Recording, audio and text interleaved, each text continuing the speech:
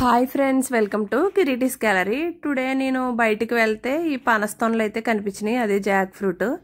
కిరీటీకి ఇవైతే చాలా ఇష్టం అన్నమాట, బాగా ఇష్టంగా తింటాడు. సరే తింటాడు కదా అని తీసుకున్నాను. ఇందులో 2 or 3 పీసెస్ అయితే తిన్నాడనమాట. ఇవి బాక్స్లో అమ్ముతున్నారు, కొంచెం బాగానే ఉన్నాయి అన్నట్టుగా తీసుకున్నాను. సరే ఈలోపు మేము ఇల్లు రీసెంట్గా మారాం. అయితే మేము పాత ఇంటి దగ్గర ఉన్నప్పుడు అందులో పిల్లలు చాలామంది కిరీటీకి అలవాటు, వాళ్ళు బాగా ఆడుకుంటారన్నమాట. సరే అని సండే రోజు ఈవినింగ్ మా ఇంటికి అయితే వచ్చారు. ఈ పిల్లలైతే ఇంకా జాక్ ఫ్రూట్ ఎప్పుడు రెగ్యులర్గా తినేదే కదా, ఒకళ్ళు అయితే ఇష్టం ఉంది, ఒకరు ఇష్టం లేదు అంటున్నారు.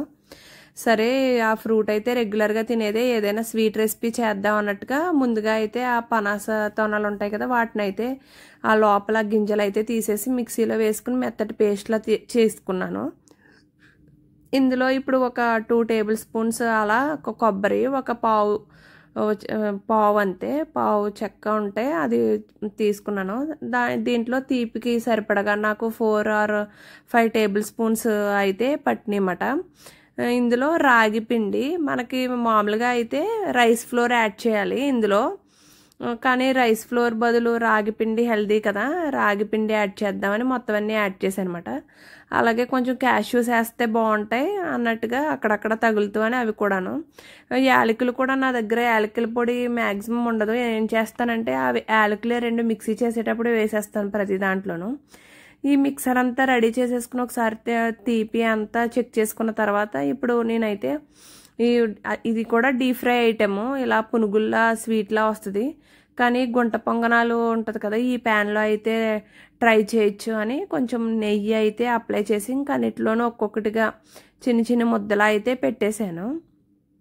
పెట్టి కొంచెం టైం పడుతుంది, ఎందుకంటే మన డీప్ ఫ్రై అనుకోండి వెంటనే అయిపోద్ది కదా, కొంచెం స్వీట్ రెసిపీ లాగా. ఇదైతే కొంచెం టైం పడుతుంది, అందుకు ఇలా వేసి ఒక 10 minutes అయితే పట్టింది మొత్తం ఫ్రై అవ్వడానికి.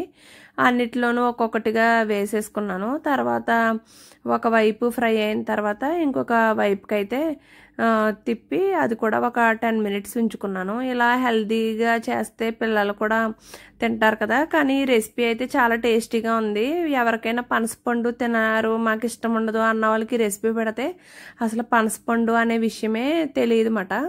అదే పనసతోన తిన్నట్టు అంత టేస్టీగా ఉంది. అది కూడా మనకి తెలీదు అసలు పనసతో చేసిన రెసిపీ అని. మా ఫ్రెండ్ వచ్చారు, వసంత్ గారు, పిల్లలు ఉన్నారు అన్నాయి, ఆవిడకైతే పెట్టానమాట. ఈ పిల్లలకి పెట్టేసిన తర్వాత ఆవిడ అసలు నాకు తెలిసి పనసతోన నేను ఉన్నప్పుడు తినలేదు, ఆవిడ ఇప్పుడు చెప్పారు నాకు అసలు ఇష్టం ఉండదండి అనేసి. సరే టేస్ట్ చేసి ఎలా ఉందో చెప్పండి అనేసి అని పెడితే అసలు ఆవిడ ఏంటో ముందైతే చెప్పలేదు దేంతో తయారు చేశాను.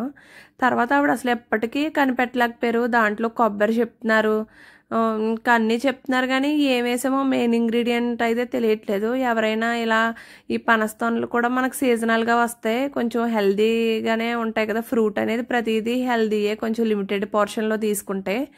కాబట్టి ఎప్పుడైనా తిన్నారు అనుకున్నప్పుడు ఇలా ట్రై చేసి అయితే పెట్టండి. చాలా అయితే బాగుంది టేస్ట్. ఇది ఒక డిఫరెంట్ రెసిపీ, ఈవినింగ్ స్నాక్లా అయితే బాగుంది అన్నమాట. ఇంకంతే 2 వైపులా ఫ్రై చేసుకున్న తర్వాత ఇంకా అయిపోయింది. ఇంకా ఒక ప్లేట్లోకి అయితే తీసేస్తున్నాను. ఇప్పుడైతే పిల్లలు అందరూ ఆడుతున్నారు అన్నమాట చెస్. ఇంకా వాళ్ళకైతే తీసుకెళ్ళి ఇచ్చాను. వాళ్ళ రియాక్షను వాళ్ళైతే ఫ్రూట్తో అని చెప్పలేకపోయారు అన్నమాట. అలా నేను ఆప్షన్స్ ఇస్తే లాస్ట్గా ఒక్కొక్కరు ప్రొమోగ్రనేట్, యాపిల్, ఇలా మ్యాంగో ఇలా చెప్తున్నారు. తర్వాత లాస్ట్గా ఆప్షన్స్ అయితే ఇచ్చాను. దాంట్లో ఇంగ్రీడియంట్స్ అన్నీ చెప్పారు కానీ ఫ్రూట్ చెప్పలేదు. సరే వాళ్ళందరికీ అయితే లాస్ట్గా ఆప్షన్స్ ఇస్తే చెప్పారన్నమాట. వాళ్ళు కూడా బాగా ఇష్టంగానే తిన్నారు. ఇదే ఇక్కడతో మీరు కూడా ట్రై చేయండి. ఈ వీడియో నచ్చినట్లయితే please like, share and subscribe to Kireeti's gallery.